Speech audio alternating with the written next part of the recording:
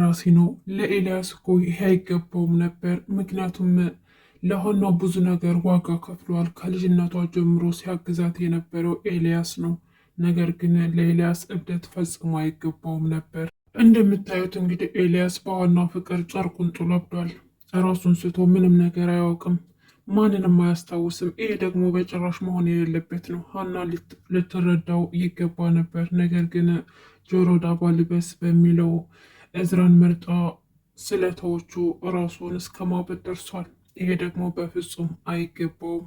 ምክንያቱም ለሀና ጥሩ የነበረው ኤልያስ ነው። በጣም ከልጅነቷ ጀምሮ ሲያፈቅራት ሲወዳት፣ እንዲሁም ጊዜ ሰጥቷት ሲጠብቃት የነበረው ኤላ ነው። እንግዲህ እንደምናውቀው ደሴ ያለች ጀምሮ ሲንከባከባት የነበረው እሱ ነው። ዛሬ ግን በሷ ፍቅር እብድ ብሎ አይተነዋል። ይሄ ደግሞ እጅጉን ልብ አሳዘኝ፣ ልብ ሰባሪ ነገር ነው። መሆን የሌለበት ነገር ነው። ሀና አሁን ላይ በጣም ጸጸት ሆኖባታል። በእኔ ምክንያት ነው እንደዚህ የሆነው፣ ለኤላ እኮ ይሄ አይገባውም እያለች እያለቀሰች ነው። ነገር ግን ለቅሶ መፍትሄ አይሆንም። አሁን ባየችው ነገር በጣም ስላዘነች ከእናቷ ገንዘብ ጠይቃ ለማሳከብ ወስናለች። ምናልባት ኤላ ፈቃደኛ ከሆነ ወደ ሕክምና ልትወስደው ወስናለች ማለት ነው። እንግዲህ የሚሆነውን ነገር አብረን የምናይ ይሆናል። ኤልያስ ምን የሚሆን ይመስላችኋል? ወደ ሆስፒታል ሄዶ የሚታከም ይመስላችኋል? ወይስ ደግሞ እንደሱ እንደጨለለ ይቀጥላል የሚለውን ኮሜንት ላይ አስቀምጡልኝ። ሰላም ሰላም! ውድና የተከበራችሁ የቻናል ቤተሰቦች እንኳን ደህና መጣችሁ።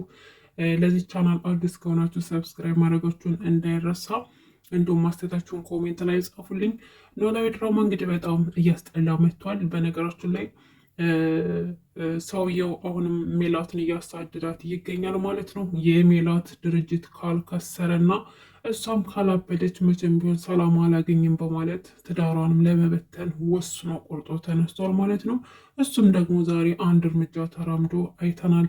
ልጅቷን በመላክ አቶ መስፍን ያለበት ሆቴል ድረስ በመሄድ ልክ እንደ አዲስ እንደምትታወቁ አድርጋ ከፍቅረኛዋ ጋር እየተጨቃጨቀች እያስመሰለች አይተናል። ከዛም በኋላ ያ የሚጨቃጨቀው ደግሞ ፍቅረኛዋ ሳይሆን አብሯት ለስራው ውስጥ ያለ ሰው ነው እና በምትፈልገው መንገድ ተሳክቶላታል ማለት ነው። አቶ መስፍን ለሴት ልጅ በጣም ትልቅ ክብር ስላለው እንዴት ሴት ላይ ትጮህባታለህ? እንዴት ሴት ላይ እጅን ታነሳለህ? ሴት እኮ ልትከበር እንጂ ልትደበደብ አይደለም ብሎ ያው የወንድነቱን ምክር ይሰጠዋል ማለት ነው።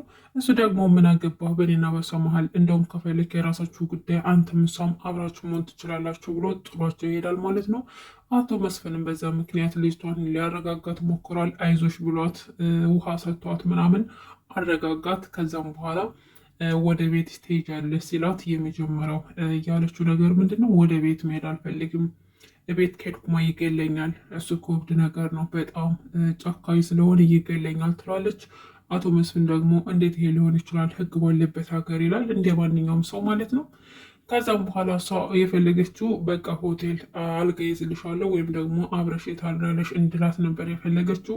አቶ መስፍንም ደግሞ እንደዛ ሳይሆን ያላት ገንዘብ ሰጥሽና እዛው ሆቴል አንድ ክፍል እከራይልሻለሁኝ እዛው ትተኛለሽ ምናምን ታድሪያለሽ ይላታል ማለት ነው። ከዛም በኋላ እሷም ፈቃደኛ ሆነች። ቀስ በቀስ እሱን ቀርባ ለማማለል እና ህይወት ውስጥ ገብታ የሜላትን ትዳር ለመበጥበጥ ቆርጣለች ማለት ነው። ከዛም ሄደች ለሰውየው ደውላ ነገረችው እየተሳካላት እንደሆነና ጠዋትም ቁርስ ጋብዛው የመጀመሪያ ትውውቅ እንዲያደርጉ ነገራት። እሱም ተስማማ ማለት ነው። ወይዘሮ ሜላት እንግዲህ በአቶ መስፍን ላይ ባደረገችው ነገር ተጸጽታለች። እናቷ እማማ አስቴርም ደግሞ መስፍን የት ነው ያለው? አይቼው አላውቅም፣ ስትደዋወሉም ሰምቼም አይቼም አላውቅም፣ ምንድነው የተፈጠረው? የት ነው ያለው ነውስ ደግሞ ተጣልታችሁ ነው እያለች እያፋጠጠቻቸው ነበረ ወይዘሮ አስቴር ማለት ነው። ወይዘሮ አስቴር እንግዲህ ከልጇ የበለጠ አቶ መስፍንን ትወደዋለች። ምክንያቱም ደግሞ የሚወደድ ሰው ነው፣ በጣም እጅግ መልካም ሰው ስለሆነ ትዳሩን አክባሪ፣ ልጆቹን ወዳጅ፣ ሚስቱንም አክባሪ የሆነ ነው አቶ መስፍን። ወይዘሮ ሜላት ደግሞ ስራዋን ልጆችን ነው እንጂ የምትለው ለአቶ መስፍን ያን ያክልን ቦታ የላትም። ትጮህበታለች፣ ትናገረዋለች፣ ዝቅ ታደርገዋለች ምናምን። በዛ ምክንያት ነው እንግዲህ ቤቱን ለቆ ሁለተኛ ወደ ሜላት ህይወት አልመለስም ሆቴል ይዞ ተቀምጦ ከዛም በኋላ ደግሞ ወደዛው ወደ ነበርኩበት ወደ ውጭ ሀገር እሄዳለሁ ብሎ እየወሰነው ማለት ነው። እና ወይዘሮ ሜላት ስታስበው አቶ መስፍንን እንደበደለችው መጥፎ ነገር እንደተናገረችው በተናገረችውም ነገር ደግሞ እንደተጸጸተች እና ይቅርታ እንደምትጠይቀውና እማዬ ፊት አታዋርዴ ብላ ወደ ቤት ልትመልሰው እንደምትፈልግ ምናሴን አማከረችው። ምናሴ ከአባቱ ጋር እንዲያገናኛት ማለት ነው። እዛ የሚያርፍበት ቦታ ደግሞ ይዤሽ አልሄድም፣ ከፈለግሽ ግን ነገ ካፌ ድረስ ስላገናኛችሁ እችላለሁ ብሎ ነገራት ማለት ነው ምናሴ። ከዛም በኋላ እንግዲህ አቶ መስፍን ትልቅ ወጥመድ ውስጥ ገብቷል። እሱም ደግሞ ሰውየው የላካት ልጅ ማለት ነው በጧቱ ቁርስ ልጋብዝ ብላ ከካፌ ሄዱና ቁርስ አዘው ሊበሉ ሲሉ ለቁርስ የመጀመሪያ ቁርስ ካልጎረስክልኝ ግን እዝቹ እጄ እንደዘረጋው ነው እድሜን ሁሉ እምጨርሰው ብላ ስታስቸግረው እሺ ብሎ አቶ መስፍን ደግሞ ለእሷ ክብር ብሎ ሊጎርስላት እንዳለ እንግዲህ ወይዘሮ ሜላት ከች ትላለች። ወይዘሮ ሜላት ባየችው ነገር በጣም ደነገጠች፣ ልቧ ተሰበረ። መስፍን አታደርገውም ብላ ጮኸች። እንግዲህ ወይዘሮ ሜላት ትዳሯ ሲበተን እንዲሁም ደግሞ ድርጅቷ ሲከስር ሁሉም ነገር ጨላለመባት ማለት ነው። በተፈጠረው ነገር በጣም አዘነች። እንዴት ሊሆን ቻለ? እንዴት ነው የተፈጠረው? ምን እየሆንኩኝ ነው? በሚለው ነገር ራሷን ጥያቄ ውስጥ ታስገባለች ማለት ነው። የሚፈጠረውን እንግዲህ ኮሜንቱን ለእናንተ ትችላችኋለሁ። ምን የሚፈጠር ይመስላችኋል? ሜላት ነገሮችን ተረድታ ይቅርታ ታድርግለታለች ወይስ ደግሞ በዚሁ ምክንያት የሚለያዩ ይመስላችኋል?